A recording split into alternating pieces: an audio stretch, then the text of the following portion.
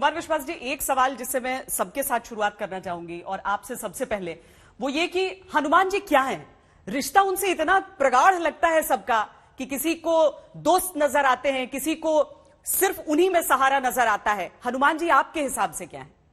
देखिए श्वेता, क्या है ना, हनुमान लोक देवता है। जैसे राम को कहीं गांव में, कहीं शहर में, कहीं कस्बे में अगर भगवान को पुकारना हो, उन्हें विराजमान करने का स्थान देखना हो तो योजना बनानी पड़ती है, वास्तु देखना पड़ता है, मंगल किधर है, शुभ किधर होगा, भगवान का मुख किधर होगा, उनके वाम पार्श्व में कौन बैठेगा, लक्ष्मण कहाँ बैठेंगे, उनका आसन कैसा होगा।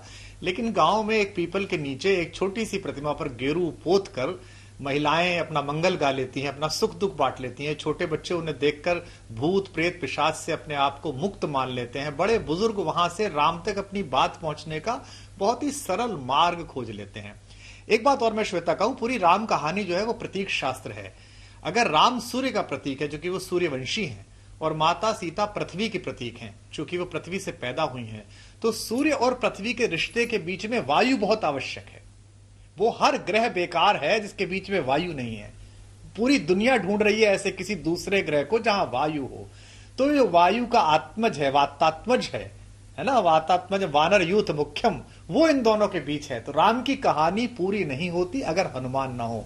इसलिए हनुमान लोक मंगल का एक ऐसा प्रतीक है जिनसे केवल भारतीय ही नहीं, पूरी दुनिया में, आप देखिए होंडुरास में, जिसको कहा जाता है monkey, the country of monkey man, वहां जो गुफाओं में चित्र मिले हैं वो हनुमान के ही चित्र मिले हैं। और अगर राम कथा के विकास के क्रम को ढूंढा जाए तो भगवान राम ने साकेत धाम जाते समय जो सत्ता का वितरण किया था, वो हनुमान के औरस पुत्र को, मकरध्वज को, जो पाताल लोक का राज्य दिया था, अगर भारत से सूची तरीके से नीचे देखा जाए तो दूसरे तल पर जाकर होंडुरास मिलता है, यानी कि उसे पाताल लोक कहा जाता है। मैं एक केवल व्याख्या दे रहा हूं, मैं इसकी वैज्ञानिकता पर बहस नहीं कर रहा। मैं एक बार गया था तो मैंने अमेरिका में एक एयरपोर्ट पर किताब उठा ली थी, the country of monkey man. तो मुझे बड़ा जिज्ञासा हुई और उसमें मैंने ये देखा तो मुझे लगा, रे तो अपने वाला ही मामला है।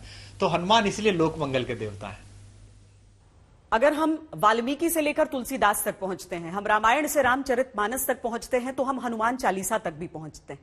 हनुमान चालीसा में जो पूरा वर्णन है, जो व्याख्यान है, उसको अगर हम मौजूदा परिवेश में समझें तो कैसे?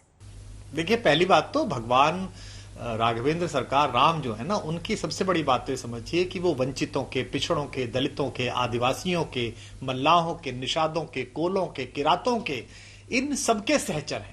भगवान निकले अयोध्या से और गए रामेश्वरम पार करके लंका तक, जहां हमारी माता ने कुछ समय बिताया। रास्ते में किसी राजवंशी से नहीं मिले, वो इन्हीं लोगों से मिले। और हनुमान उसी वन्य सत्ता के प्रतिनिधि हैं। वे निर्वासित सुग्रीव के महामंत्री हैं, उसके प्रधानमंत्री हैं। और पहली बार वो एक अपरिचय भेष में आते हैं, ब्राह्मण भेष में, क्योंकि ज्ञानी भी हैं। ज्ञानी नाम अग्रगण्य, ज्ञानियों में भी अग्रगण्य है। भगवान शंकर जिसके गुरु हों, वो कितना ज्ञानी हो सकता है, आप सोच के देखिए। तो हनुमान का प्रतीक शास्त्र समझना बहुत आवश्यक है। मैं जो नई पीढ़ी से अपने राम में बात करता हूं, वो बार बार ये कहता हूं कि जो विग्रह दिखाई देता है आपको, इस पर ज्यादा बच जाइएगा। ये तो केवल आस्था है, केवल आपका संकेत है जुड़ने का ईश्वर से।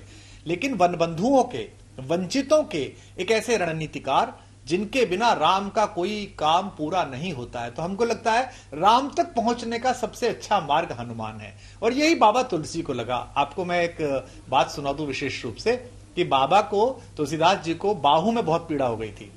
अब कोई दर्द हो गया होगा, जैसे आजकल होता है, बहुत ज्यादा आर्थराइटिस हो जाता है, कई बार पैरों में हो जाता है, बाहों में कोई दर्द हो गया होगा, मांसपेशियों का हो गया होगा, आयु भी बहुत थी। तो उन्होंने हनुमान बाहुक नामक एक पूरा काव्य लिखा और तब हनुमान जी प्रसन्न हुए। तो हनुमान मूलतः वो कड़ी हैं जो सीता से होते हुए हमें राम तक जोड़ते हैं। विनय पत्रिका में हनुमान एक दिन मां सीता से कहते हैं, अम्ब कबहुक अवसर पाए है, मां कभी अवसर मिले, शाम के समय भगवान अच्छे मूड में बैठे हों, मेरी ओ सुध ध्याय भी कछु करुण कथा चलाए, जरा मेरी बात भी चलाना। निरअहंकार होना, एक एम्प्लॉय को किस तरह अहंकार शून्य होना चाहिए, एक एम्प्लॉय को किस तरह केवल जो एम्प्लॉयर है, केवल जो संस्था है, उसके प्रतीक चिन्ह से जुड़ना चाहिए। जो प्रतीक चिन्ह आज तक का है, जो प्रतीक चिन्ह अशोक चक्र लिए हुए भारत की सरकार का है, उसके नीचे बैठे हुए किसी व्यक्ति को इतना निरअहंकार होना चाहिए कि मैं जो कुछ भी हूं इस संस्थान की वजह से हूं।